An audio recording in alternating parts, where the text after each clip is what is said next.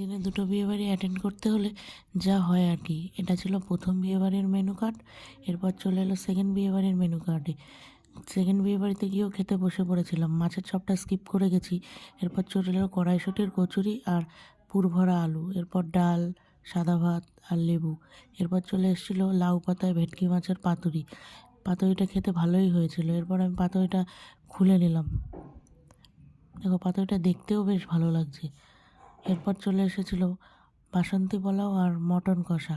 বাসন্তী পোলাও যেহেতু আমি খুব ভালো খাই, তাও যদি হয় মাটন দিয়ে। এরপর মটনটা দেখো কি সফট। তারপর আমি আরেকবার একটু মাটন নিয়ে নিলাম। মাটন শেষে চলে এসেছিলো ফ্রুট চাটনি আর পাঁপড়। ফ্রুট চাটনিটা বেশ ভালোই লাগে পাঁপড় দিয়ে। এরপর চলে এসেছিলো কালাকাঁদ আর রসগোল্লা। তারপর আমি দুটো আইসক্রিম নিয়ে নিলাম। এরপর চলে গেলাম পানের স্টলে মুখ শুদ্ধি করার জন্য। Thank you for watching.